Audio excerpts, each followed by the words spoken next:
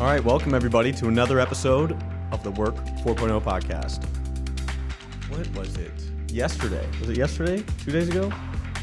2 days ago. 2 days ago. 2 days ago, we hosted a lunch at our shared co-working space in Brooklyn, and we met this amazing guy, Karl, and we were like, we need to get you on this podcast. So 2 days later, here we are, recording. We're about to dive deep. Karl Thomsen is a man of many talents. I was thinking through your background as I was talking, and it's really interesting. Karl spent quite a bit of time as a high school teacher. He has his master's from Yale in conducting. He's been a CEO of a tech company. He has been a senior vice president of people and coaching of a really amazing company doing really interesting things in coaching and learning and development. And today, we really just invited him onto the podcast, giving him very little briefing about what we were going to talk about. So we're excited to discover what we talk about just as much as you guys probably are. Well, thanks. I appreciate the invitation. If everybody read between the lines, my qualifications is that I ate lunch and said thank you. That's right. That's right. Honored to have you. I'm honored to be here. Thanks. Yeah. Karl, could we start with your background? How the hell did you go from conducting to then getting into more of the corporate space to then becoming a director of corporate strategy? I'm really curious about that. Yeah, I think it's a great question. And I think superficially, there are a lot of things that work against understanding that line. It seems pretty random. But if you'll think about what the role of a conductor is, absolutely what I've been doing in every role I've ever taken on. We're masters at understanding what to facilitate. Remember, we're not the ones that wrote the music most of the time, and honestly, our butts are to the audience, which makes us a little bit introverted. But what we do is compel and facilitate for others to bring out the best in them, so that the people behind you really are moved by what those people are doing. So whether that's conducting an orchestra, a choir, an opera, coaching a lacrosse team, coaching a football team, leading a people team, or being the CEO, I've always maintained that I still have this ticket. Let's even rewind further. Who wakes up and is like, I'm going to become a conductor? How did that happen? Yeah, I don't know. I don't know how that happened, honestly. At one point, it was early on, I was involved in all kinds of sports and music in high school. I grew up in San Antonio, Texas. Nice. High schools were huge, right? Yep. And in those days, you could do a lot of things without having to specialize. Now you have to pick one or two. But in those days, I did everything. I was involved in music. I was involved in athletics. And my junior year in high school, my chorus director looked at me and said, you know what, I think you should conduct these pieces. You get it. So I did it once, and in those days it was like, ooh, that's power. I loved it. I absolutely loved it. Went to college not for that. I got my first degrees are in metaphysics and legal theory, but eventually it came back around where that was pulling at me. And so I thought, let's go do it. I got to grab that stick again. Yeah, so I don't know. What resonates with us that makes us aligned with things all our lives? We look back and we think it's accidental or serendipitous, and maybe there was just an attraction or polarization there that didn't know existed. I'm curious, you referenced a little bit that through line that connects all of the different roles that you've been in throughout your life. But when you think about your time as a CEO and director of corporate strategy and now a senior vice president of people, what are the biggest lessons that you use on like a daily basis that came from your time conducting? That's such a great question. Let's talk about the mistakes, because I think that's where those things are revealed. When you take over as a coach or a conductor or as a leader, the pressure on yourself that you apply to become that guy, however you visualize it, is naturally disposed to being a poser, right? And you have to pretend it, and you're faking it, and all of a sudden you find yourself disconnected to those things that you imagine in your head that you would be inspirational about. You're now not connecting. So regardless of what that role is, the leadership EQ, empathy, and the vulnerability it takes to go, where is this person coming from? How do I go there instead of making them come here? Which is not it's not unconventional, right? It's nothing earth-shattering, right? But the application of that is not easy. Yeah. And the discipline to apply that day in and day out is a lifelong journey. It's like training for a marathon. It's never easy. Mile 20 to 26, right? You're telling me I ran one marathon, and immediately afterwards, my friends at the finish line, I looked at them and I promised. I said, "Look, I'm promising, I'm never running again unless I'm being chased or I'm playing basketball." It's rough. That last 10K is rough. Oh, Yeah. it's rough. And it's funny. It's same with a half marathon. My first half marathon, that actually really surprised me. I was expecting a little bit with the marathon because I didn't have that experience, but I thought as I would see the finish line, then I would have the biggest jolt of adrenaline, but it wasn't actually. It was like psychologically, it started to feel like I was done. Did and you so then tear all up? the adrenaline, no, I didn't tear up at all. I did. No, I think I was in so much pain. Yeah. So much pain and shock. Yeah. And then I see the finish line, and then it's actually like that adrenaline started to wear down. Like my mind was like, oh, look, I'm almost done. And then I started to feel all the pain. And it was like, I thought I was sprinting, and I was like, every ounce of energy I had, and I'm like barely moving. Yeah. It's such a testament to the last 10% of anything we do. Yeah. The first 90%, I think, was pretty effortless for me. I trained well. I was ready for it. I liked it. But the last 6 miles on my first marathon, I've only done 4, so it's not like I'm. Only. Yeah. I did one and I retired. There are people that they do it all the time. It's fair. They're a lot skinnier than I am. But that last 10%, if you think about its application in rehearsal or in practice for a team or a game, competition, company projects, initiatives, that last 10% takes an enormous amount of discipline to push through and get the ball across the goal line. I was running this morning. I was doing 4 miles, and I see where I was going to end off. And even that last half a mile, I was like, oh, this is brutal. It's all relative. It's hot today, too. Yeah. He did sneak in that he's running now. That's right. I'm not running right now. Me neither. It's never too late to get It back isn't. on, No, get back on your feet. absolutely. So- Absolutely. I'm curious. You mentioned wanting to start with the mistakes. What were some examples of mistakes relating from conducting to doing that with people and leading? Oh man, that's a good question. I'm going to calibrate that against the fact that in a month and a half, I turned 59. You're challenging my memory Congrats. now. Yeah, Thanks. huge yeah. ups. Yeah, a year from now, we'll celebrate something. I don't know. Is that really cause for celebration? It's something. It's something. Yeah. So I think if we want to dig a little bit deeper on the certain mistakes, they all emanated from compensating for my inexperience. Because if you think about an orchestra, for instance, the people you're standing in front of probably have done Beethoven's Fifth 40 more times than you've conducted it. They have been there a while, they've been around the block, and this intense pressure you have to try to be the expert in the room because you're the one holding the stick. Let's apply that to being a CEO. You're not supposed to be the expert. I'm not supposed to be the best engineer, product man, designer in the room. I'm not supposed to be that. But the pressure for CEOs to feel like they should be, and they'll sit back and they'll absorb a ton of information. Successful CEOs are very good at extemporaneously speaking and thinking on their feet for the most part. And so they'll hear that and they'll aggregate that information, and then they put out initiatives and govern it and edit it. And that you're one rung from making a fatal mistake now because you haven't empowered the people who are experts to be those experts. They're trying to sell you on their expertise, which now you've consumed 40% of their emotional tax? Right. And so those are the mistakes. I think you could, if I went down detail and listed in a Google sheet the actual line item mistakes, I think you could categorize 90% of them to that mistake. 90%, that's huge. They surveyed a bunch of CEOs. I just read about this. Guess how many felt a sense of imposter syndrome? Like what percentage? Oh, I would say 99 and 1% lying. That's what I would guess. Pretty much, yeah. It was around 73%. Yeah, and I bet 27% of them, how could we find out if they were actually telling the truth? I think it was pretty generous for them. And the other piece of that is what's interesting is I bet if you went to a high school and you asked them to think about who are some of the most confident and capable people in terms of type of role they have in society, CEO would be one of those they would rank pretty high as far as people they think aren't dealing with imposter syndrome. You've had a lot of work experience. You've made it to this point at the top of the ladder. You're doing like difficult things. Lots of people respect you. You're getting the highest pay probably around there of people in the building. And so like high schoolers would probably be like, oh yeah, you know what, CEO, probably not gonna have imposter syndrome then, but it's a testament to that aspect of our psychology, which is that really anytime you're doing something new that is different from what you have done a bunch of times in the past, if you're doing it well and it's really new and novel, there's going to be a piece of that.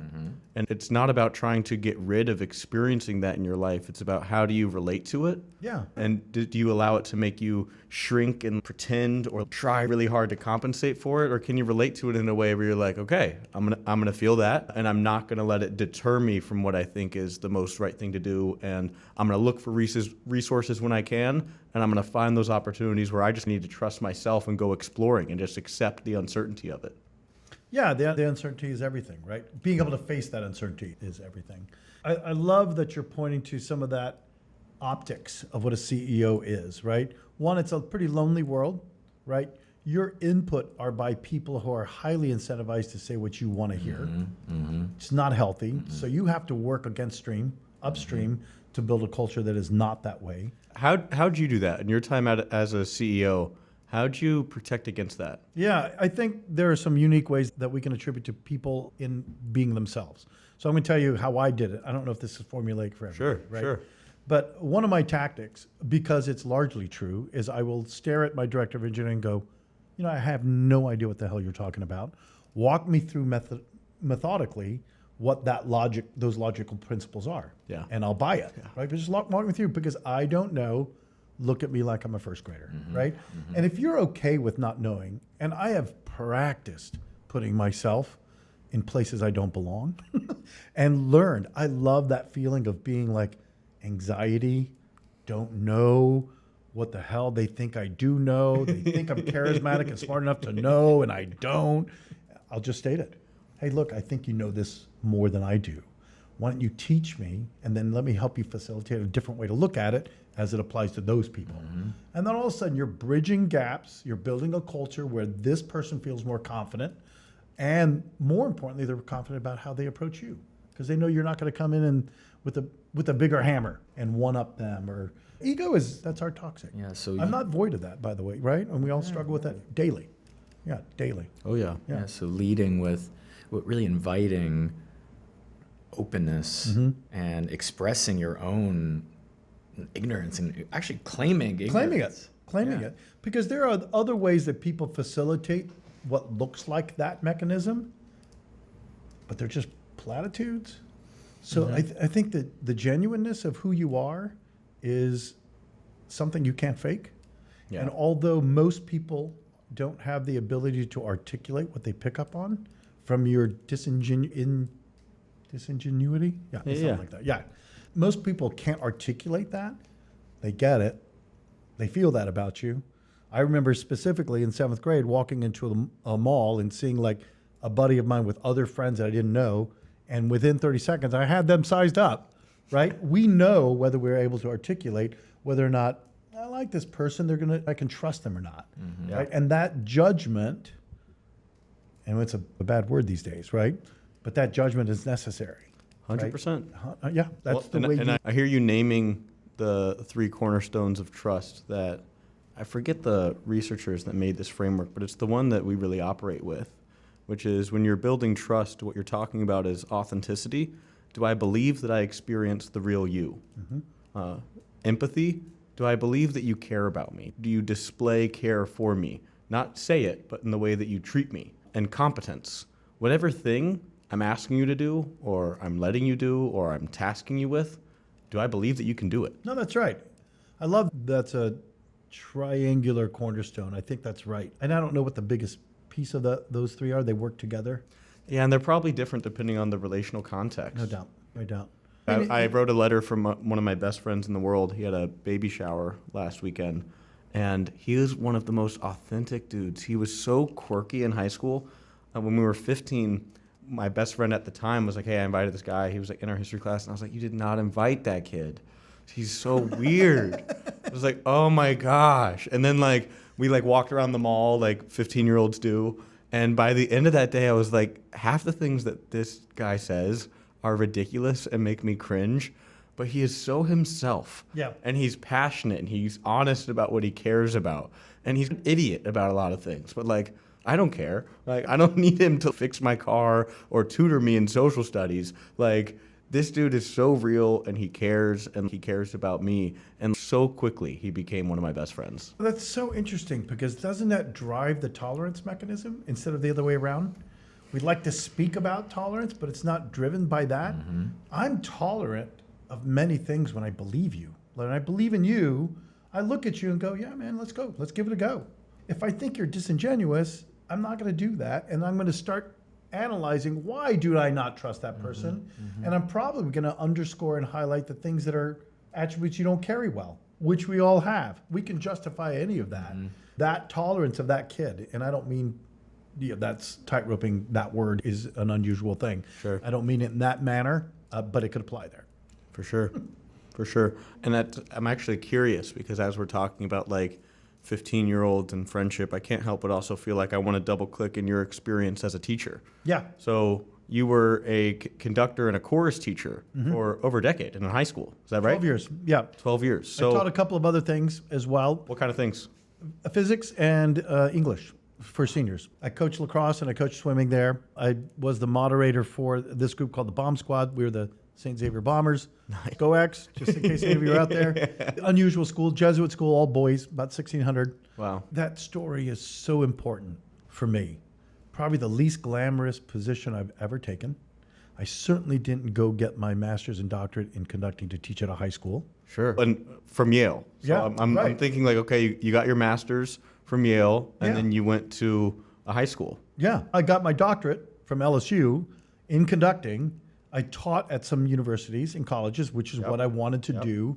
And then I started my own advertising agency after spending a year here with Bear Stearns in Manhattan. So I spent a year here, didn't like the finance game, not because finance is bad, but I just didn't like who I was turning into doing that game. Sure. No disparagement for those of you guys who are rocking it out there in the Hey, finance get world, after man. But don't be a douchebag. That's right. You can edit that out. Sorry. No, we'll keep that in. We're going to dial that up. So, to make a long story short, they enabled me to do what they perceived was, guys got multiple gifts, let's just let them do it. Why'd you go there? That's a very good question. I was in Cincinnati because I was doing this ad agency and P&G is located there. Sure. So we were just had moved to Cincinnati and there was the principal there was a graduate of Yale. We got connected through this and that, whatever. Sure. And he said at one point, super brilliant man, very good leader, was the principal there for a long time. And he said to me, they told me that at an all-boys school, you can't really build a choir or music program. Gave you a challenge. Not only a challenge, I knew that was false. Right? I had been at enough places and started groups and took over groups where the growth was 3x. Not because I'm the most brilliant conductor, because I meant it. I meant what I was doing, right? And that's contagious. And man, you want to take high school boys that have to test into a school and show high aptitude and give them purpose, they will come. So my first year there, this is the greatest thing. 4 kids were in the choir. By the beginning of year 3, 250. Hell yeah. Bravo. Out of those 250 year in and year out after that, 11 of those kids played in the NFL. Let's go. The Nice. diversity of that chorus, from the theater kid to the football kid to the basketball kid, we got each other. And if you can do that thing that you don't, it's not that you look for what you love to do, it's you look to love what you're doing right now, because you never know where that leads. Yeah. Yeah. No way Mr. Rogers thought that would lead to what he did. Right? And that's just secondary education. Primary education is what he was doing, right? Teaching an elementary school, right? And then that turns into a fully syndicated show. What were you doing in there? What was it that caused the growth to expand so? That's an excellent thing. Such a good question. There was a combination, right? I'm very competent at that trade. I love doing it. My favorite thing was analyzing why the music enforced what the poem or the words were saying, and then taking those and going, what does that mean to you as a 15-year-old kid? Yeah. How do we move ourselves, because this is changing the kernel of how the lens of how we're looking at the world. And those kids ate that up. And I got to say this. I made a large impact at the school, and I hear that feedback. My son we moved back to Cincinnati from San Francisco. My son is going to be a senior there. Hell yeah. And I'm serving on the board of trustees now. It's a weird Nice. turn of Yeah, events, right? yeah. But in that, I've heard feedback. Wow, you made such an impact. And this is a cliche thing to say. I received 10x what I gave. I had a terrible high school experience. I grew up in a pretty abusive family, all that shit. And what I learned at St. X was like, oh, this was like a really good way to do it. I'm going to vicariously figure out those little demons that have been sitting in arrested development, right? And just, let's go, right? And it was fantastic. It was just one of the best things I've ever done in my life. It was healing. It was healing, right? It was healing, which only enabled me to be more passionate about what I believed in. And it changed what I believed in. It changed the way I looked at the world and kids and, oh, this could be this. And look at that kid. He's exceptional at robotics. He can barely sing. He needs to be in this group. Oh, yeah. And so- What was your last year there? 2014, maybe 15. So I'm going to frame the question this way, which is in 2012, that was the first year that the majority of teenagers had smartphones and a social media profile. And so you were leaving just as that was really taking off, where now it has ballooned. Yeah. Where about a third of all teenagers have an anxiety disorder. The rate of suicide and depression has tripled. And so I'm curious, when you think about the state of being a teenager and our schools in particular, what kind of thoughts do come up for you when you really think about what high schools are doing, the state of education, and particularly the impact on teenage boys? Man, I love that question. I think this podcast is not that long, so I'm gonna try to curate this into really small morsels. Awesome. It's a passion of mine. Whatever manifestations of the illness of education we see right now, we started building that 40 years ago, right? Can Whatever. you say more about that? Yeah, sure. I think when we started to understand that a success metric for education became 1, grades, 2, a testing mechanism, and 3, your entry into what institution that held what kind of brand. Yeah. Once we started to calibrate against that, we saw a paradigm shift that governed the curriculum, right? So what happens to a kid who is bright and gifted that it takes no effort to get to the 90? How many of those kids actually will go the extra mile to learn it at the level he could do? They won't. They won't. They won't. Why? Because we've inundated them with, you also have to work out all year for football. You also have to be involved in some kind of community event. You also have to have the fun, right? And then we're staring at this and going, look at those kids. They're doing way more than I did. I wonder why they have anxiety. Like, the problem is not complicated in the source. The problem is, I don't know that we can put the genie back in the bottle. So something is going to have to disrupt education. I'm a heavy believer in education. Yeah. But something's going to have to come along and disrupt the way we look at education. Amen. Yeah, I was a public school educator, and I You were. started off as a school counselor. Yeah. And then I was training schools, elementary, middle, and high school. And it's really tragic, It is. particularly because the more that you look at the research and the science, we actually know certain things that we should be doing We do. for these kids, but it's such a big shift, and the inertia of the current system is so hard to change. That's why really we're so passionate about innovating learning and development within the workplace, is because there's a little bit less bureaucracy. You can be a little bit more innovative. You're not talking about a developing child. And so you can utilize some technologies, and you can really transform and set a new standard, because ultimately, rather than trying to fight the old way, you can build new ways, and then you can trickle that into the education system. You can force them to have to change because you can build a better process. Look, this is how we've transformed learning and development at work, and so now you can't argue with that. Right. We need to do more of this within our schools. And so we really think about, in all the work that we're doing and the products we build, the companies that we work with, and innovating L&D, we're very passionate about also really being stewards and serving That's awesome. educational development. I'm Service curious if you mindset. think about it that same way. Absolutely, absolutely. And look, the contained world of a corporation where there's no outside governance, let's say hypothetically the state, Yeah. where their large blanket application of what the curriculum ought to be, no matter what your demographic or background is. There's a miss. What if we did that in our companies? Silly. We wouldn't be successful. And honestly, the leaders of the company would look at that development and the people mechanism as, this is stupid. Like, it's unnecessary. So I think there's a lot of parallels there. 100%. Excuse me. I think it's exacerbated by the other things we've decided to value.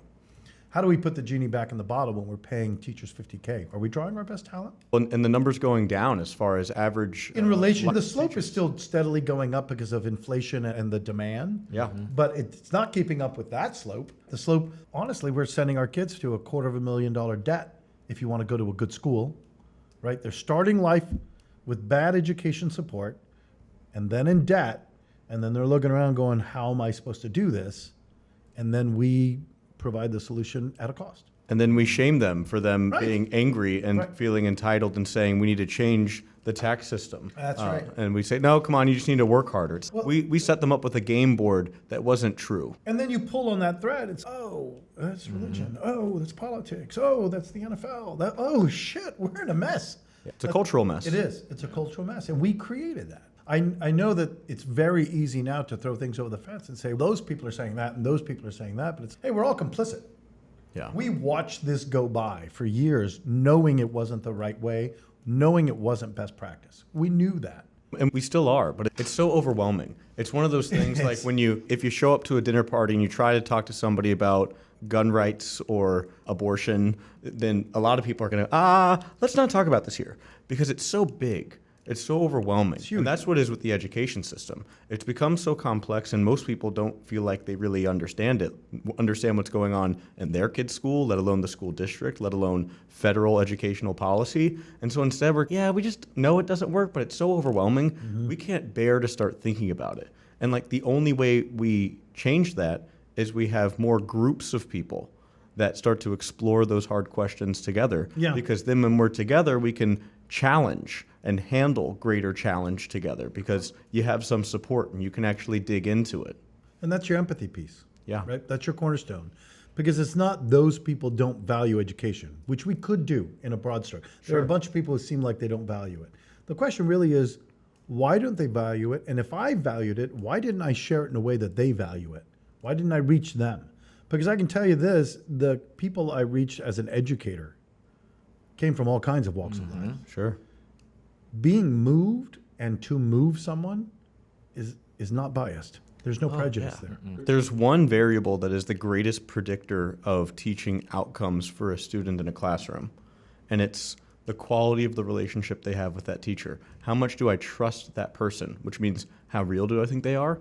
How much do I believe that they care about me? How good do I think they are at teaching? It's the same thing. Yeah, It is. trust. Same thing. Yeah. Yeah, absolutely the same thing. But meanwhile, what we don't train teachers in is anything about mental health or the science of trust building or nervous systems. Yeah. And so there's a huge challenge there. It goes very much in the same gaps that we don't teach managers of how do you actually build trust with people that work with you so that you can have the relationship that then allows you to motivate and guide them. Yeah. No, I think that's all so spot on, right? And we forget those while we're scaling. Yeah. We forget some of that while we're just frenetically. And hopefully when the calmer seas hit us, then you can calibrate and readjust and course correct, right? But in the chase for scale, which is inevitably the chase for revenue, right? If that's the North Star, then the byproduct isn't as healthy. Sure. What have you noticed when you see organizations that are hitting that level of scale, the ones that are able to actually exhale, regroup, see the calm and act like it, versus the ones that have really internalized these vicious cycles? Yeah, I think that's a great question. I don't know that I have the precise answer to it, but it obviously is, to borrow a really bad phrase, and it just popped in my head, was there is a trickle-down effect, and I apologize for the use of that term. I'm not a proponent, really.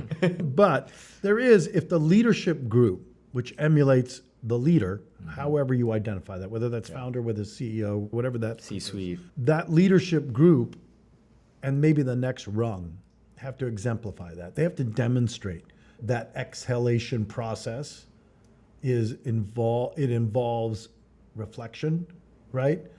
And in the judgment of how we are to move on, how we are to move forward. What conditions do you see tilting the scales for leadership teams that are capable of doing that versus the ones that don't? Oh, maybe greed. Yeah. It's the incentives. I think so. Yeah. I think it's incentivization. It's the promise of that life that every high school entrepreneurial club member thinks. I want to be the CEO and entrepreneur because I'm my own boss. I got to tell. The reality is, if you're an entrepreneur, you're everybody is your boss. I was going to say it a different way. I'll refrain from it. Depends which entrepreneur you're talking to. No, it's true. But if you don't have the entrepreneurial mindset and the intersection with a service mindset, you are probably going to fail. Yep. Right? Or your successes might render you a lifestyle that looks good, but you have essentially failed in all the other regards. And maybe those aren't as obvious in optics. But Yeah. Yeah. And I was actually just talking to our team of interns a little bit before this, and they were talking about the lunch we were at and some of the conversations that they had and how they were learning more and more about product and the product development process, and how it's like this frustrating thing of defining what you think is really going to work and then making sure that you don't treat it like your baby that people aren't going to give criticism to, that you have to always be learning and iterating. And that's the core of being an entrepreneur. You have to go into that service mindset of, I work for these people, I work for this problem, I work for this mission because I'm trying to just make things better, and I need to have access to the best information about what is needed here. And if I don't think about it like that, I'm not going to get all that information. Yeah. One of the biggest models for me that was in place, I was getting my master's degree, and there was a long-standing, huge reputation guy named Dr. Weston Noble at Luther College. Small college in Iowa, but a huge choir, successful choral program. And we were at Luther College, and he was running this little seminar, and he's a very funny man and gregarious and had so much experience, he was just relaxed about it. But after the series of rehearsal, you saw him out in the courtyard picking up trash at the college because he had pride in it. Wow. And so I always thought to myself, can I pick up the trash here, or am I above it, right? Can I go out and pick up the trash? And it's a nice exercise to think as you climb what we think is a ladder and the responsibilities that come thereof, that humility is a pretty giant piece. Yeah. And you're not going to just get it and keep it. It's a pretty much daily thing. If I let it go, my ego can be a behemoth of an animal. It's an entrepreneur who's able to actually be like water and go to the lowest places, Right. is actually closest to the ground level to see what's actually happening in reality. Yeah. And from that place, they're getting that information and that insight that if you're in an ivory tower making decisions that are disconnected from what people are actually facing and dealing with and going through, you're at a disadvantage. You are, and you're severely disconnected, right? That's the manifestation of that. Here's the interesting thing. I bet there's 15 to 20% of us across the world that are talking about this very thing, that are compelled to take this apart, unpack it, and go, what are the problems? How do we solve it? And so the next issue is like, hey, this is the planet we want to be on. This is the planet we're on. Are we building the bridges to get to that planet? Or are we just staying on this planet throwing rocks? The voyeur community is huge. Yeah. Don't get involved, just throw rocks at that house, right? And I think that's a complicated level of that problem as well. It's a coping mechanism. It is. The system is so daunting. It's like we're like a little speck looking at this massive entity and a machine that's moving that could crush us if we could run over us easily. So we cope by criticizing it, othering it, versus actually owning it and taking responsibility for the role that we play in it, and realizing that each of us has a capacity to do something about it. If we can be incidentally complicit, we can also be incidentally the solution. Yeah. When you think about the future of work and the future of learning and development and leadership development, what are some of the things that are really important right now people might not be talking enough about? Yeah, that's a great question. I think we're heading into an opportunity to shift the paradigm in the way we look at the workplace. And here's what I mean. With the infiltration, and it's going to feel like an invasion and infiltration of AI. Already does to a lot of people. Right, yeah. It really does. The fear. I was at a very large banquet, and the lady was like, oh, you're in AI.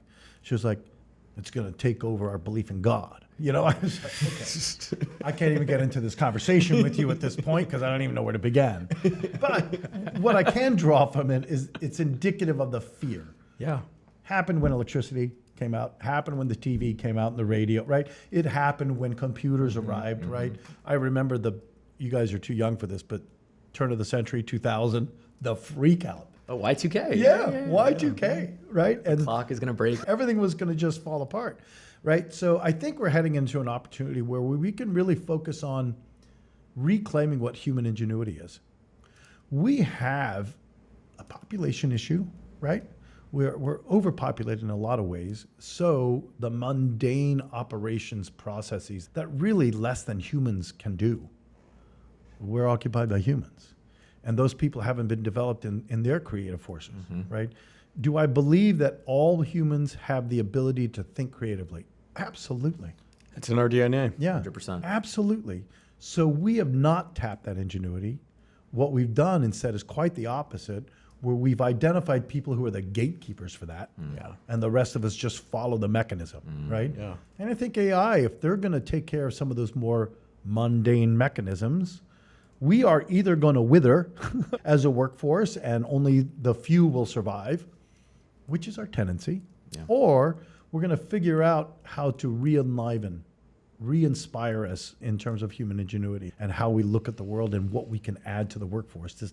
To look at a problem set and go, wait a minute, if I reduce this to first principle, what created this? What creates, instead of leveraging another platform or another thought, and now we're 4 generations beyond a solution, right? But go back to that, calibrate against that, and stare at the problem with our creativity. We're going to surprise ourselves, right? Yeah. Most of the time, I like to play the piano. And so when I sit down at the piano, I say if I play long enough, I get into my tunnel, right? Where I forget time. I don't know if I smell anything. Just sitting there and I'm in this kind of flow where, look, I'm no Beethoven. So what I'm playing, I think is great, right? I think I'm fantastic. But You're the best musician in that room. that's right. There's no doubt about it. And if my kids walk into the room, then I'm the second best. I'm good with that. But the point for me is I walk out of that experience with that much more of a higher appreciation of what I can do in my head, how I can manifest that physically. Now, how does that apply to my kids that I coach in lacrosse? Sure. How does that apply to the team at work? It's direct, right? And more importantly, if I can allow them to go into their tunnels, now we've got something. How are you seeing companies take on the challenge of harnessing the power of AI to enhance human creativity? I don't know that I've seen that. How are you seeing AI further constrain creativity then? Reliance, laziness, Yeah. shortcutting it. We do a lot of this AI training, so unfortunately, a lot of our workers are pretty exposed to things. We have to offer a lot of mental health support Really? for what they're witnessing. Yeah, could you say a little more what those AI trainings look like generally? It depends on the client, and, Sure. I can't get into the client Right, side of right. things. But fundamentally, like in terms of safety, those prompts that AI has to be trained. Yeah. Those prompts have to be calibrated and constantly educated. Yeah. Yep. And the initial prompts that people think are maybe anonymous, right? The things that they're witnessing are pretty severe, right? When you say you need to provide mental health support because when people see something, it starts to shift? Well, whether it's a sexual connotation that comes out, or whether that's the ability to build a bomb, or whether that's Oh, so you're talking about the darkness that AI is emitting. Yeah. When people see that, it can shock their systems. Absolutely. And everything else, if we find a really cool tool, our first tendency to go, how's this going to help me shortcut this? How can I write my paper using ChatGPT, right? That's the human ingenuity is not our default anymore. I don't know that it ever was. So I don't want to say that these are the worst times we've ever, I'm not that guy. Yeah. And I'm certainly not prophetic enough to understand that fully. So no fear, I'm not going to Nostradamus you or anything like that. Hey, I'd be curious what predictions you'd have if you were. No doubt. What are we calling? I'll be sneaking that fortune cookie. So I think there's a temptation for laziness to prevail, right? I think that's probably normal in the initial onslaught. Sure. So I just want to see where we settle, right? Because we're going to settle. The manner in which we settle and the manner in which we do it, not just that we're doing it, but the care that we bring to it will dictate how we go. How would you say, you're an insider, right? You're on the front line seeing how AI is being deployed and how people are being trained on it. And so we talked about the uninformed, AI killed Jesus or AI, whatever. Yeah, whatever disparaging things we want to say about that. What is your genuine greatest concern, or maybe we'll say worst fear about how this all plays out? It's not going to affect me. I'm 58. All right. Yeah. I've carved out my own habits and paths Yeah. of how I look at the world and how I execute the world. More importantly, how I execute. I'm concerned for I have 2 granddaughters now, one a month ago. Wow, Yeah, congrats. so that's why we moved from San Francisco to Cincinnati. Beautiful. My oldest daughter had our first granddaughter. Wow. And in that, it's amazing to me how much more concerned I am about the trajectory of things. I've always been concerned, but they've been somewhat academic. Sure. And as they get closer to my kids, they become less and less academic. But now, even just 2 more generations with grandkids, that doesn't become the next layer of understanding. That's exponential growth in your awareness and what we're providing for them. And so my biggest fear is that we've provided or poured so many of our resources into us not having to work at Yeah. things. Like, okay, it's a great tool. It's going to make this easier. How else can I implement this thing where I employ my emotions, my intellect, my Yes. psychological aspects, and my physical attributes to become that holistic approach to being a human? Yes. And we've lost that. And you can see that gyms have exploded because people want to go work out and find that thing. Yeah. Probably in a purist kind of way, there are plenty of those things to do without paying money to a gym. Sure. But we've lost those mechanisms. And look, I don't disparage convenience. I watch TV. I'm on my phone a lot, right? I'm not one of those guys. Yeah, but really think about it. And think about anyone that you've interacted with that retires or takes a lot of time off. You know what they don't do? Sit on their couch all day. That's fun for a little while, but eventually your psychology of who you are starts to kick in.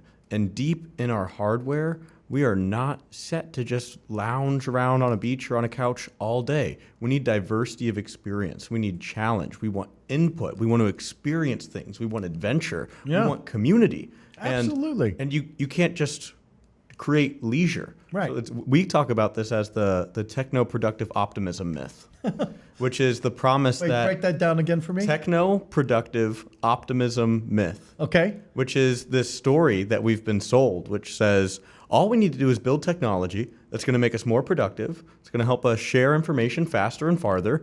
And then we're going to do things faster. And then we're going to save a bunch of time. And then with all that time you're going to save, people's quality of life is going to magically improve. More leisure. But it doesn't work that way because doesn't. we end up becoming what we practice.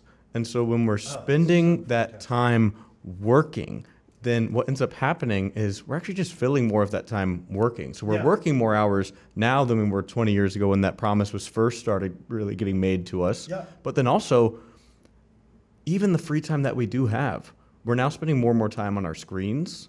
People have higher rates of stress, depression. Our longevity of life has been going down. And so quality of life doesn't magically improve. It has to be at the design level and at the regulation level, how technology relates to us, how we relate to technology. It's not enough to just scale up how productive we can be. And ultimately, the other flip side of that is we don't want ultimate free time. It's not that we need to just create a whole bunch of free time. We actually need work now more than ever. We just need work to work. Yeah. We need work to be Yeah, right. functional. Yeah, no, that's right. And throwing the responsibility of providing that free time onto technology is reversing the usage of a tool. It's a tool. It's a mechanism, a vessel, right? And that's supposed to enhance how we think about, with my children when they were young, we didn't have we weren't very rule heavy. We just figured that if we did it the right way, the deviation from the rules would always have this recoil back for them. They're going to go out and do those things. Yeah. And they're going to come back and be like, you know what? I feel that's not right. And that kind of mechanism was provided by, we guided them with, look, when you're in school, we want you to do one thing intellectual, one thing physical, and one thing artistic, right? That's what we governed Sure. by. Great. Do those things because it's the aggregate of doing physical, creative, intellectual things. The Yeah. aggregate of those things, right? Start to develop your psychological ability to handle the world, right? And so if I'm thrown into the deep end of a pool, my first instinct for me is, okay, how do I swim? Yeah. Not, what the fuck? You know? Right. Well, because you've had enough experiences Yeah. where you have built your sense of confidence and ability. Right. And so your immediate response isn't overwhelm. Oh, God, I'm in a bunch of water. Now I don't know what to do. It's, right. oh, you know what? Even if I hadn't swam before, if you had done enough things in your life, you can see people that even when they're thrown in water, it's not like immediate panic. If you can build up enough confidence in your ability, then you can avoid having that panic and overwhelm, and you can have greater capacity. There's no doubt. And so anything that we don't like that we're doing now, we started that problem 40 years ago is what I always say. The problem is not now. We're just seeing it surface, right? What did we do 30, 40 years ago that started to plant the seed of this kind of laziness or this kind of anxiety or this? We've created these things. They didn't happen to fall out of the sky. Can you talk about what you want the world to look like for your grandkids? Yeah, what's your greatest hope? Okay, I'll stay away from what I've been saying in the last year, which is, hey kids, what if we just bought like 100 acres in Montana, build 5 houses, and in the center core of the houses, we're going to grow shit. Sounds nice. I know. That sounds nice. It's not a really good ideal state. That sounds post-apocalyptic, right? Which, who doesn't need a little Mad Max in their life? But ideal state is, I don't know. Gosh, I wish I had the kind of expertise to come up with that construct. Or even when you just think about how they spend their 20s and what work looks like for them. Yeah, I think that's a good question. Let's talk about it separate from my kids, because I happen to be biased about their ability to be creative at a level that they're going to succeed. Yeah. So I'm going to separate it a little bit from them. Yeah, let's make it someone with a little less bias. That's fair. Yeah. I think I need to think about less bias, because one thing, my grandmother's Korean, and she has said this several times when I was a kid. She used to say to people that were not really doing a good job at their work. We were in Texas. She would say, sorry for the broken English, but this is how she would say it. Yeah. Good thing you American. Being mediocre, you can still make it. And I used to be the first time I heard that, I thought, yeah, Grandma, yeah. Savage. The second time I heard that, I was like, yeah, there's some profundity there, right? Yeah. She's observing pre-Korean War work ethic in Korea to coming to the States and going, what's going on with the laziness? And so I get that. And I think ideal state is just everybody, I think in terms of absolute value, right? So deviation from the norm. I want my kids to maximize the positive of their absolute value. Sure. I don't think of somebody extremely nefarious, malfeasant, an Adolf or whatever visualization. Then you think of the opposite world. They're the same gifts. They just went in different tangents, right? The array they decided to choose, like you're never going to understand the fullness of Gandhi by getting someone who absolute value skills only a 2 and he's a 20. Sure. You're not even going to recognize those things. So for me, for my granddaughters or for other kids, is to understand that they have a choice of which array they're going to kick off. Yeah. And if you're 1 inch off at the tee box, you're probably in somebody else's fairway, right? Later on down the road. So that calibration of what is true for my gift, how can I develop it, and how can I not be afraid to do that? Yeah. We are so shackled by our fear that we're not the expert coming out of the gate. Like kids are playing high school football and they just want to be Tom Brady, right? And you're not going to be that, right? So be your best right now. That might be holding the clipboard, dude, right? Yeah. The difference between panic and excitement is doubt. So fear needs to be present for excitement to exist. Yeah. So fear isn't an enemy. Fear is an asset. Absolutely. And so if there's something I'm afraid of, but I doubt my capacity to take it on, then I've got panic. I've got anxiety.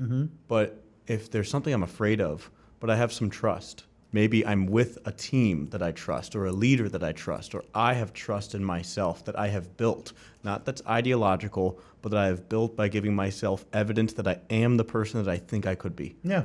That then when that thing comes up and I'm a little scared, I can take it on, and guess what? Now I have the thrill of adventure. Yeah. Now it's excitement. Yeah, absolutely. So the ideal state for kids, as you say, my 4 kids. I love, of course, I love my kids.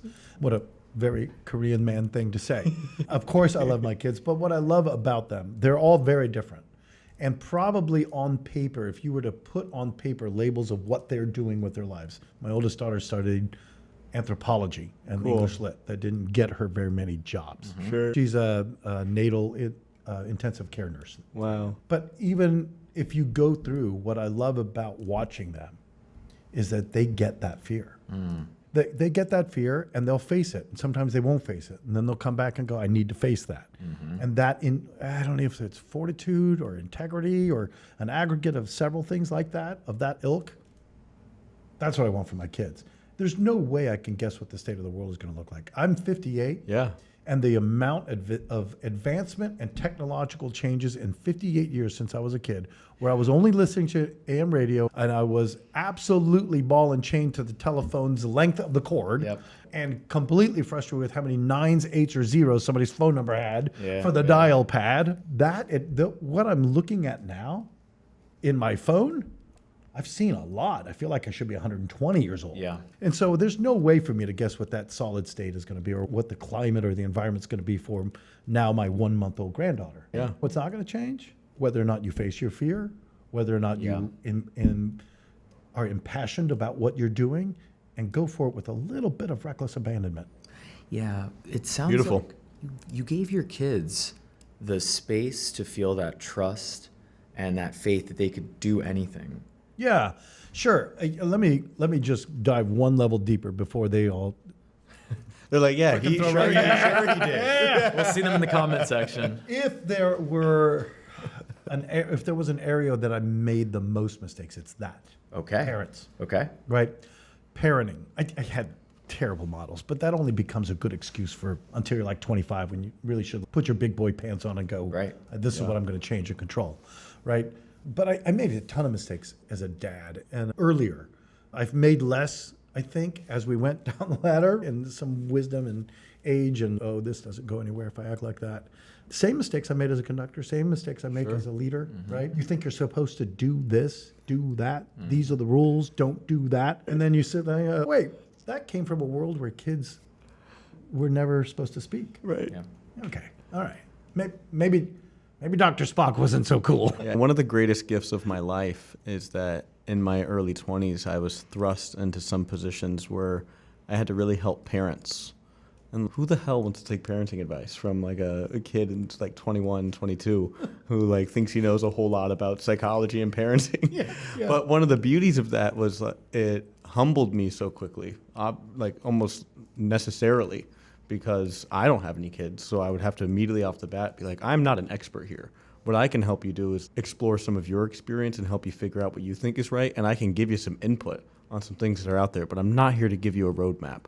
The roadmap exists, but it's being created in collaboration between you and your kid. That's right. And then It's dynamic, the not thing that static. just shocked me, honestly, in my early 20s was every single parent is making so many mistakes, and that it is an essential and necessary aspect of the role. Yeah.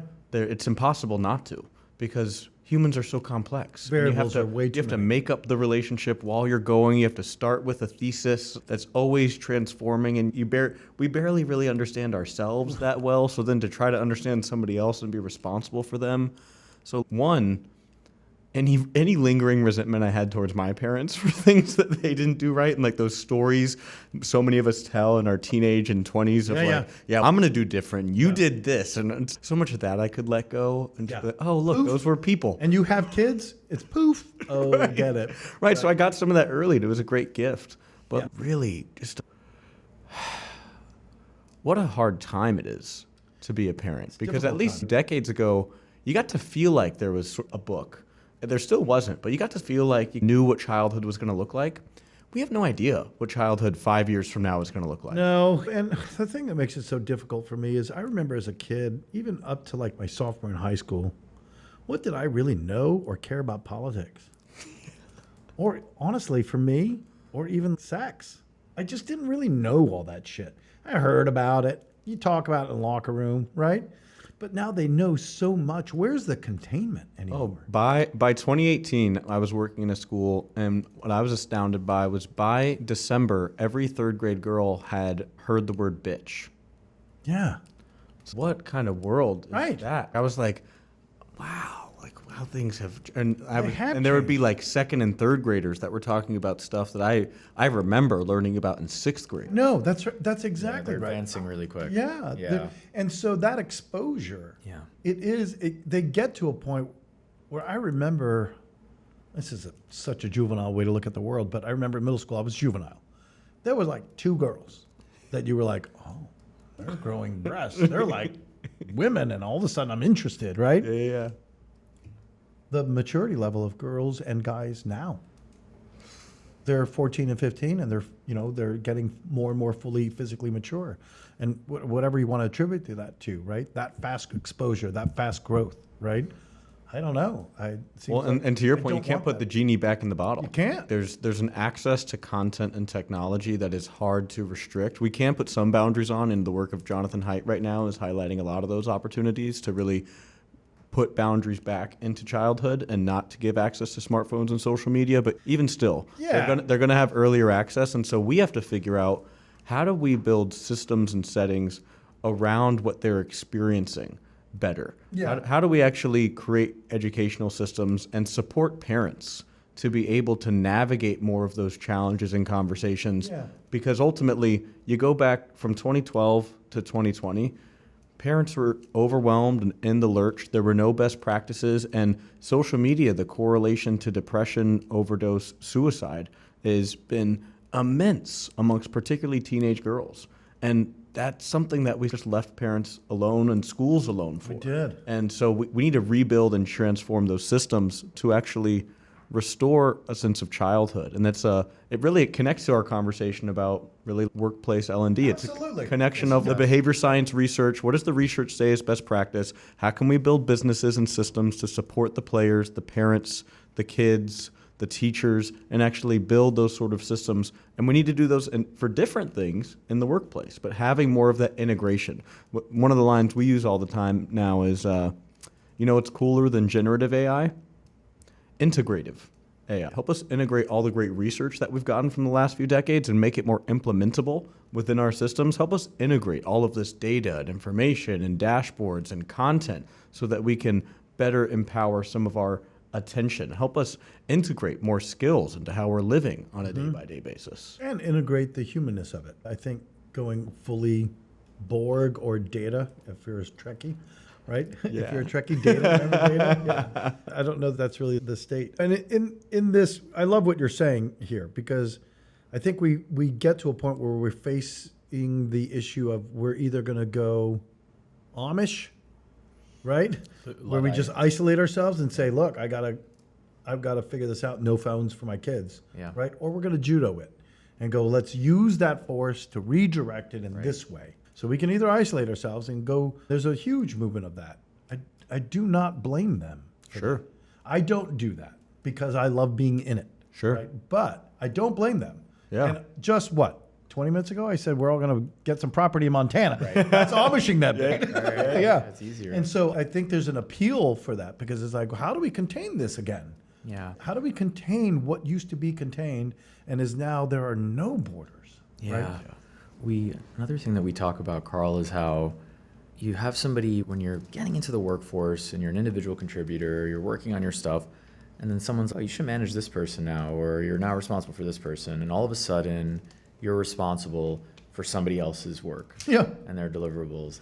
And I have a deep newfound appreciation in this conversation for the fact that as human beings, we are thrust onto this planet, we live our lives, and then you meet somebody, fall in love, you have a kid, and now all of a sudden you're now responsible for a new human. Mm-hmm.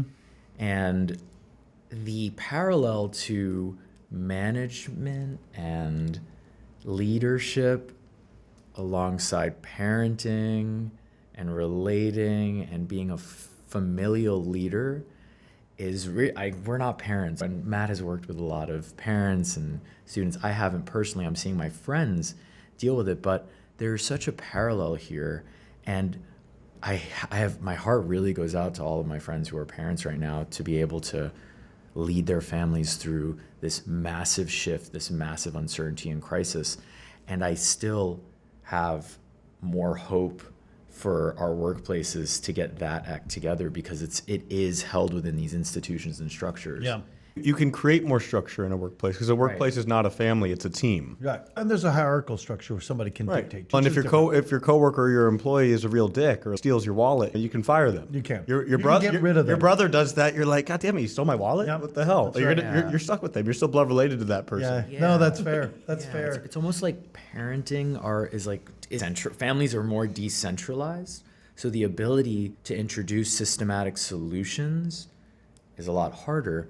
But then I see how actually empowering leaders and managers at work to gain these skills is a solution to how we then apply, to how that spills over and hopefully more than trickles down into families and into homes. I think the answer to this is not always structure.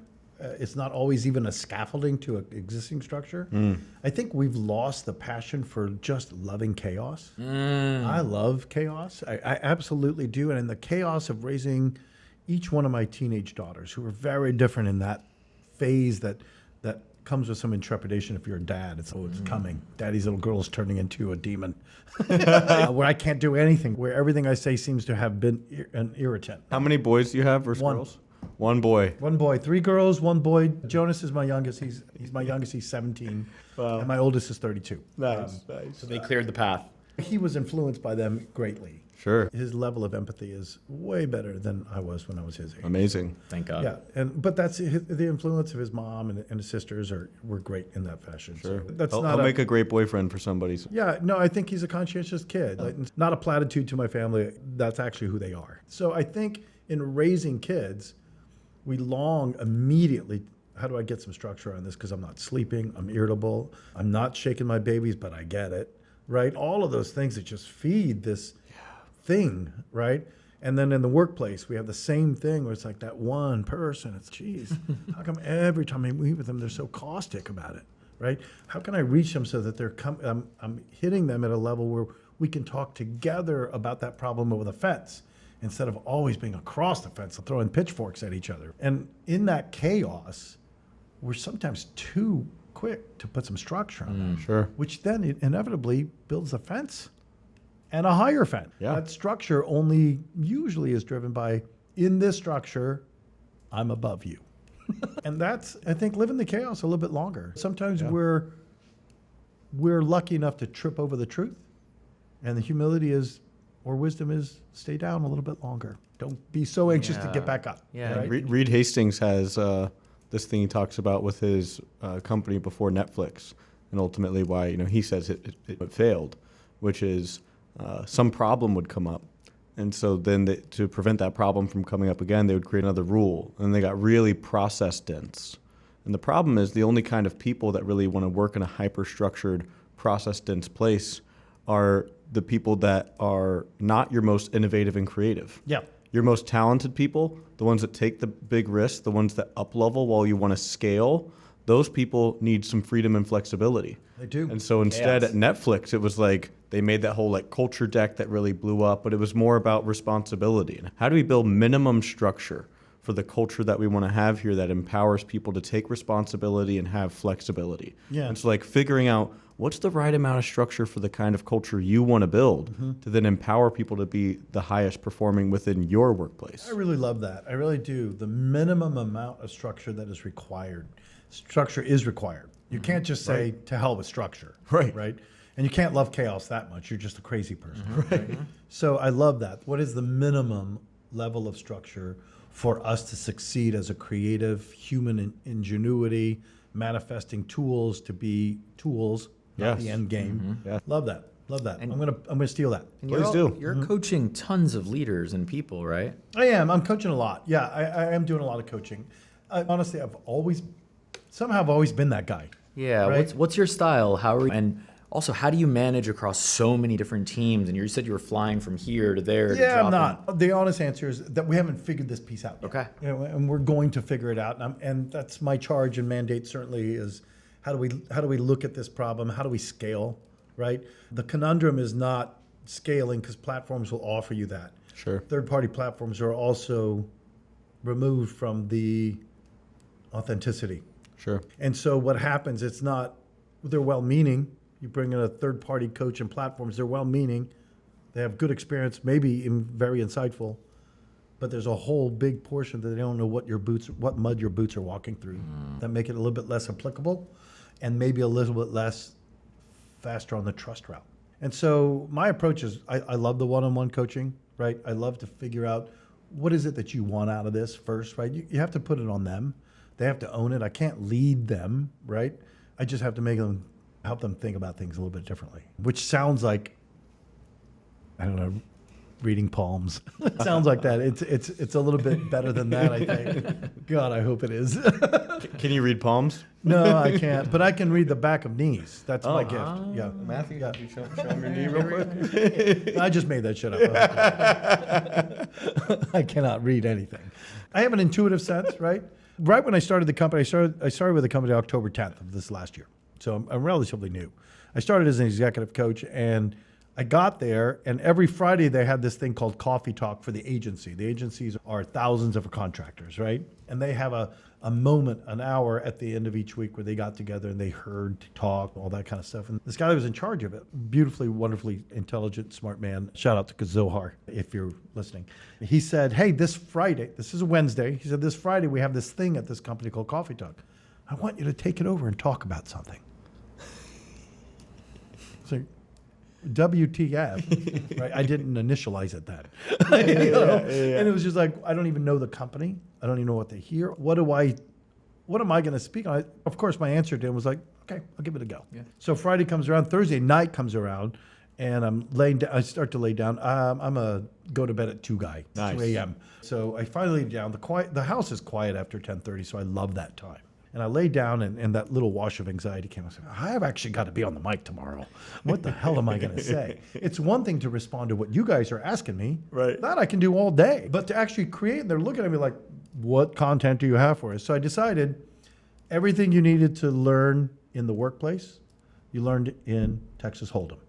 I love to play Texas Hold'em. So all those attributes of position, where on the table are you? Are you in a position of power? What kind of bet? How do you calibrate the size of the pot with the strength of your hand, and what are you going to bet, and how do you read people enough to push them because you know you've got it, or push them because you know you don't, the bluff. And so I just started working out at 2 a.m. Oh, look at these parallels. Reading people, position, understanding your position. This is not the time to 3-bet, right? All of those things, and it just worked out. And the people, I had a lot of things worked out by the morning, right? But I only needed half of them because all the other poker players, and they started coming up, and I thought, that's it, right? I added too much structure. It created some anxiety because I didn't have it, but all I needed to do was apply something fun that is also real to the workplace so that you could see that, oh, these are the same dynamics. And maybe they string those two together, and the next time they go, oh, I'm running a marathon. Oh, that has an application to work. Oh, I'm riding my bike. That has an application. I'm raising a teenager. That has application to work. And these are the collective experiences that we gather that by the time we're 58, we look back and go, oh, that's why I couldn't do this at 25. Yeah. I wanted to be my own CEO at 25. Yeah. That's bullshit. Very special kids can do it. Special kids that are like at 16, they get the whole economy of numbers. And so that freakish talent, you're just going to be like, we're going to bank on that for a bit. We're going to ride that pony because they see the world in numbers, right? And maybe you count those gifts for a bit. But it's the aggregate, right? It's taken me a long time to collect these things. What's one piece of advice you would have given to that 25-year-old self? Man, easy. I don't know how I would have done it, but I would, if I could go back. If I could like Back to the Future this, right? Get in my DeLorean and get back to that time where Karl Thomsen was 25. I'd say to him, hey, let the anger go. Let the anger go. I fought everything. I grew up in a very contentious environment, and I was pissed off about it. Sure. Why did the world hand me these deck of cards? I have these talents, this intellect, this thing. I can do a lot of things, but I'm just hampered because I don't have a safety net. And honestly, when I look back, not having a safety net has been my #1 best attribute. I've had to dig, and I know the value of not making it, and I know the impetus that when you don't have a safety net, you don't have options, right? If you're it was fine that I ate ramen for 3 weeks, right? It was fine if I was making it that way, right? If I could go back to my 25-year-old self, I'd be like, get rid of the anger. this is what's going to hamper you for the next 10 years, Karl. How did you eventually let go of the anger? Modeling from other people that were around me was incredibly powerful. I'm going to say something that's going to sound impressive, and it's not. And I want to say this ahead of time, because once I say it afterwards, people don't listen to it. And so I'm saying right now, it's not as impressive as it sounds, but I've gotten 7 degrees in college. My curiosity is there. My intellectual capacity is decent, right? I'm a decently smart bloke. However, my Peter Pan-ness of not wanting to leave the university was because my intellect is where I found safety, and the people I met provided modeling that I otherwise were not. It wasn't known to me. I would go home, like I had to get special permission to stay in the dorms over Christmas. I didn't know where to go. And then eventually I made friends who would be like, no, come here, come home to us. Yeah. I'd be watching their parents and be like, oh, yeah, there was none of that. Yeah, There was no, oh, this is how people behave. Yeah. Yeah. And when I started eating that up, Yeah. and when I realized that the amount I was consuming in observational skills was far away from the way I was able to behave still, then it's therapy. Yeah. Lots of therapy. And my goal in therapy was like, not get rid of this or be better at this. I honestly, gosh, what was her name? I can see her face. She was so powerful for me. She offered all of her therapy. She was a psychiatrist, and she offered it on the house. Wow. It was pro bono. And in those sessions, what I told her, she said, what do you want to get out of this? I was like, I want to find who I am and not be hurt by it. And that's what I wanted to do. And I stayed in universities because of that. And I had to invent other degrees, right? Because you can't just get the same, right? So it sounds impressive to get all these little things and collect, but we all collect those things that compel us to go, wait, I feel something here. This is something good. I've got a guy, a very good friend of mine now that used to be a student of mine, Greg Scruggs. I'm going to shout out to Greg, who's now defensive line coach for the Jets. Has Awesome. 2 Super Bowl rings. Didn't play football until a senior in high school. That's a great Wow. story. He was in the marching band. playing Oh, drums. yeah. Great guy. And what I love about Greg's story is that he never counted on a safety net. He always faced his fears, and he understands that so naturally, right? He just gets that piece. Those are the people that change the world. Yeah. Because they mean it. You mean it. You can look someone in the, I can look at my son straight in the eyes and go, dude, let's go. And he knows what that means, right? Same with my daughters. They get the authenticity of who we are as people, which means they also know how bad I am at some shit. And that's the thing we don't want people to know, but I'm bad at some shit. I really am. Yeah, but you know that I want to discover who I am and not be hurt by it. Yeah. For me, I don't feel like I actually began to feel like I really discovered who I was or really began that road of not being hurt by it before I started really allowing people to see things I was bad at and the things that I felt the most shame around. And that it's actually like those things are really interconnected, like an accepting are. of, oh, I've been bad at some shit. Oh, I've done some bad shit. Oh, other people will love me even though I've done that. Oh, maybe I can love myself Yeah. even though I've done Right. that. It's like, oh, maybe I don't need to be hurt That's by this right. bad. Maybe I don't have to be as terrified of some of the other bad shit that's to come. Yeah. And the next permutation is that, oh, I can allow joy in. Unadulterated joy. I don't mean the joy of, oh, I'm so happy we won the game. Right. Whatever the hell that is, right? Yeah. But it's that point in life where I think in most days of my life, I wake up and I'm like, yeah, fuck yeah, let's go. I really do. Yeah. Right? And you know, a lot of people will say to me things like, hey, man, what's your deal? You Yeah. know, or Why are you so smiling?" happy, right? I'm going to tell you this one great story. I won't mention names because that won't be fair. But there's an old school of coaching and an old school of conducting. Bobby Knight, Yeah. Toscanini, Gunther Herbig, right? These guys that were highly dictatorial, right? And I remember one time we were at the Yale School of Music. We're playing, I think, the Marvelous Mandarin. Doesn't matter. A piece, complicated, incredibly exceptional players playing it. And a lot of the strings were of my Korean. And at one point he stopped, this guy. He's German. He was like, why are you Koreans always smiling? Stop smiling. Right? And I just thought, what the hell? What's going on there? And I understand, I think what he was after, maybe the piece had an intensity that didn't require smiling or, right? I don't know. Who knows? How can you get in the brain of a Bobby Knight, right? But I think a lot of people will examine me in that way, oh, his life must have been so good. That's why he can be joyful. They have no idea the abject pain I have gone through. And why I'm joyful is intentional. Like I've created a space through a lot of pain, through a lot of facing my own demons, that allowed that space to have joy. If you're not vulnerable, if you start to be vulnerable today, it may take you 5 to 10 years to feel that joy. Yeah. Because you got a lot of demons to face. But it's worth it. Absolutely worth it. You can't selectively numb emotions. Yeah. You can't. And if you want to be Dead Poet Society and suck the marrow out of the bone, if that's the person you want to be, it costs facing your demons, right? Yeah. That's the high cost. Yeah.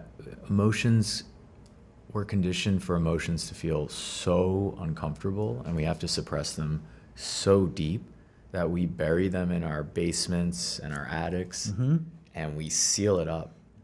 Locked away. Locked away. The key is lost in space with double encrypted. You're not getting that, no matter how much Bitcoin No, is in that's there. right. Yeah. That's right. And now, how many of those emotions are locked away permanently? You can't be angry without people saying it's wrong. Yeah. That's an emotion. Yeah, it's getting... I actually can be angry, and that doesn't mean I'm an angry person. It doesn't Right. characterize me in my essence. But I'm angry about that. I should be able to demonstrate that. Now, not at the point of hitting you guys. Yeah. or The, getting you the, down. the right? thing with anger is anger is perceived injustice, and No, that's right. it's perceived injustice. And the thing is, when we don't have a relationship with actually processing emotions, we haven't built that capacity, or we've just locked them away for some reason. It's like our psyche needs to put them somewhere, and so we blame someone else for them. Sometimes we even just blame ourselves, and then that injustice is the fact that I have to be experiencing that pain, and then that anger is there. But so often, that like chronic anger that we held on to, and I was angry for a long time. Were you? For a really long time. Yeah, I don't see any residual of that. Kudos to you, buddy. Yeah. It's a lot. It took me years. When I really first started meditating, it was like I was so critical and mean to myself up here, and I was a overachiever and overfunctioner. But I wanted to dominate, and there was this like that piece of me. And what I found was the anger was a bodyguard for grief. Yeah, Over absolutely. and over again. Oh, man, And that's it's once right. I could feel the grief, it's No, like, I love oh, that. now Anger I'm was the good. bodyguard for yeah, absolutely. Yeah. And you're right. That sense of injustice consumes you, whether you perceive it to be the application to yourself or to others. Sometimes we project. Yeah, and it's helpful, right? It is. It's great. If there is an injustice that you want to act on, great. Anger is a great fuel. The challenge is when it becomes this unintentional process where I don't know how to feel that thing, so I'm just going to put it away. And now this anger is coming up because it's actually trying to propel you. Yeah. The action it's trying to propel is you turning inward and processing the stuff. Yeah. But anger is a great thing. That's how we. It how is a we, good thing. We, Yeah. we I can had- fight injustice. I had typically too much of a great thing in my 20s. Yeah. In more ways than one, but we're talking about anger right now. Yeah. I had a really interesting relationship with anger. My dad held on to so much of that chronic anger that it ended up turning into multiple sclerosis for him. I think I cannot disbelieve that. Right? I can't. Yeah, he held. can't. He would share. He passed in 2012, my senior year of college. But throughout my childhood, he would bring up these characters who wronged him 30 years ago that he would want to beat up and write a letter to. And he'd write the letter and give it to my mom. My mom would obviously not send it. 'Cause she's like, this is not going to serve anyone. No. But I saw how that anger completely consumed him, and it permeated so deeply into his nervous system that it literally deteriorated his body and it turned on himself. And meanwhile, my mom, Reverend bless her- Dimsdale, Scarlet Letter. Oh yeah, Outer manifests the inner turmoil. Yeah, same lesson. right. My mom has a very healthy relationship with anger. She can let it rip, but I would suppress it. I was not willing. Yeah. And I suppressed that, and then I suppressed the sadness and the grief of my childhood and my upbringing, and I didn't feel like I had permission to express any of my emotion. And it wasn't until I started to pull on, and even before that, I had this joy and positivity that sometimes could turn toxic, where I would even gaslight myself to not actually claim my own anger and my own sadness.